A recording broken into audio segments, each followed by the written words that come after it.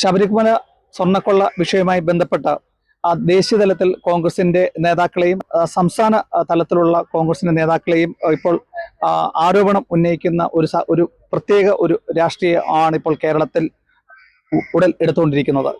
നമ്മളോടിപ്പോൾ ചേരുന്നത് ഈ രാഷ്ട്രീയം എങ്ങനെ കാണുന്നു, വരാൻ പോകുന്ന നിയമസഭാ തെരഞ്ഞെടുപ്പിനോടുള്ള ഒരു പ്രചരണ ആയുധമായിട്ടാണോ എന്നുള്ളതാണ് നമ്മളോടിപ്പോൾ ചേരുന്നത്. പാർട്ടിയുടെ കോഴഞ്ചേരി മണ്ഡലം പ്രസിഡന്റ് ജോമോനാണ്. അദ്ദേഹം കോഴഞ്ചേരി ഗ്രാമപഞ്ചായത്തിന്റെ പ്രസിഡന്റും കൂടിയാണ്. എങ്ങനെയാണ് ജോമോൻ ഇതിനെ നോക്കിക്കാണുന്നത് നിങ്ങളുടെ ഒരു കോൺഗ്രസ് പ്രവർത്തനം എന്ന നിലയിൽ? കോൺഗ്രസ് പ്രവർത്തനം എന്ന നിലയിൽ CPM-ന്റെ ഈ ആരോപണം നമ്മൾ വളരെ പുച്ഛത്തോട് തള്ളിക്കളയുന്നു. അവരുടെ നേതാക്കന്മാരെല്ലാം ജയിലിൽ കിടക്കും, അവരുടെ കയ്യിലാണ് പോലീസ്. അവർ ഈ ആരോപണം പറയുന്നതല്ലാതെ നടപടിയൊന്നുമില്ലല്ലോ. ആദ്യം അവരുടെ നേതാക്കന്മാർ ജയിലിൽ കിടക്കുന്ന പാർട്ടി നേതാക്കന്മാർക്കെതിരെ അവർ പാർട്ടി നടപടിയിലും ഒന്നും എടുക്കട്ടെ. അവരെല്ലാ നേതാക്കന്മാരെയും ജയിലിൽ നിന്ന് ഇറങ്ങാൻ വേണ്ടി കോടതിയിൽ കൊടുക്കേണ്ട റിപ്പോർട്ട് പോലും കൃത്യസമയത്ത് കൊടുക്കാതെ അവരെ എല്ലാവരും ഓരോരുത്തരെ ഇറക്കിക്കൊണ്ടിരിക്കുക. പിന്നെ ഞങ്ങളുടെ ദേശീയ നേതാക്കന്മാർക്കൊക്കെ എതിരെ ഇവരെന്തോ പറയാനാണ്?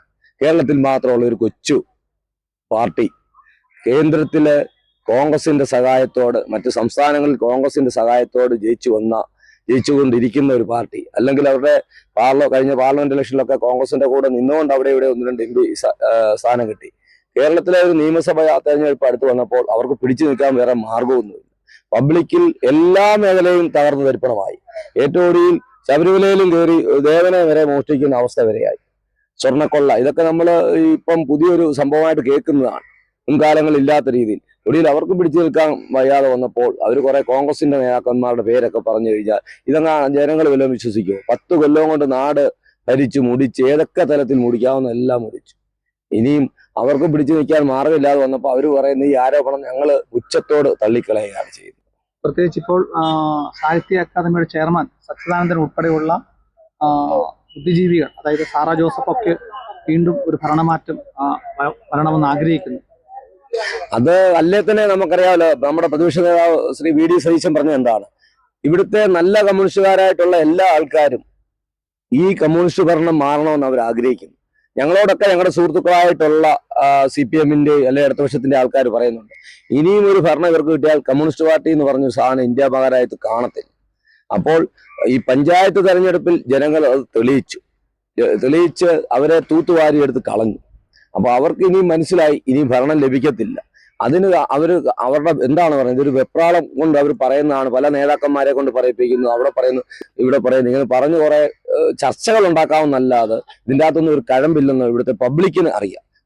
ഞാൻ പറയില്ലേ, പബ്ലിക് ഈ വിഷയത്തിൽ ഇടപെടാറേ ഇല്ല. കോൺഗ്രസിനെതിരെ ഇനി എന്തോ പറഞ്ഞ, കോൺഗ്രസ് അല്ലല്ലോ ഇവിടെ ഭരിക്കുന്നത്, 10 കൊല്ലമായിട്ട് അവരല്ലേ, അവരുടെ പോലീസാണ്, അവർക്ക് എന്ത് വേണേലും ചെയ്യാമല്ലോ. അവരൊന്നും ചെയ്യുന്നില്ലല്ലോ. ചുമ്മാതെ ഈ ആരോപണം ഉന്നയിക്കാൻ ആർക്ക് വേണേലും കഴിയും.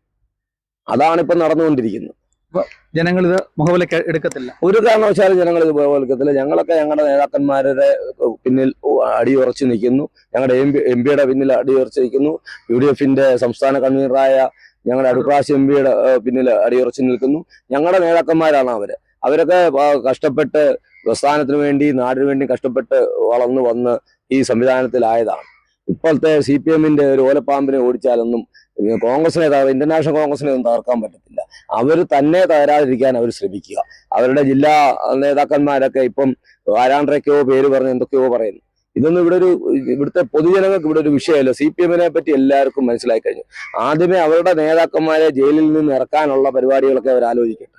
അത് കഴിഞ്ഞ് പിന്നെ നമുക്ക് ആലോചിക്കാം കോൺഗ്രസിന്റെ തോളെ കയറണോ വേണ്ടായോ എന്നൊക്കെ. അതാണ് ഇപ്പോഴത്തെ ഞങ്ങളെ സാധാരണക്കാരായ അല്ലെ താഴെത്തട്ടിലുള്ള ജനങ്ങളുടെ അഭിപ്രായങ്ങളാണ് ഞാൻ ഈ പറയുന്നത്.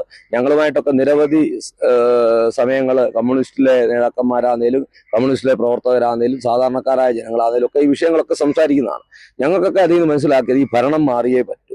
ഇനിയും ഒരു ഭരണം കമ്മ്യൂണിസ്റ്റ് പാർട്ടിക്ക് കേരളത്തിൽ കിട്ടുമെന്ന് തന്നെ സംശയമാണ്. ബംഗാളിലെയും ത്രിപുരയിലെയൊക്കെ അവസ്ഥയിലോട്ടാണ് ഈ കമ്മ്യൂണിസ്റ്റ് പ്രസ്ഥാനം മാറിക്കൊണ്ടിരിക്കുന്നത്. അക്രമവും കൊള്ളയും കൊള്ളിവെപ്പും മയക്കുമരുന്നും ഇവരുടെ ഇല്ലാത്ത പരിപാടികളൊന്നുമില്ല. ഗുണ്ടായുസവും കൊലപാതകവും എന്തൊക്കെയാണ് ഈ നാട്ടിൽ 10 കൊല്ലം കൊണ്ട് നടന്നത്. സമസ്ത മേഖലകളും തകർത്ത് തരിപ്പണമാക്കി. ഇനി ഇവരെന്ത് പറഞ്ഞാൽ ഒരു ജനങ്ങളും മുഖവിലക്കെടുക്കത്തില്ല. അതാണ് ഈ പ്രസ്ഥാനത്തിന് ഉണ്ടായിക്കൊണ്ടിരിക്കുന്ന കേരള വിഷൻ ന്യൂസ്, പത്തനംതിട്ട.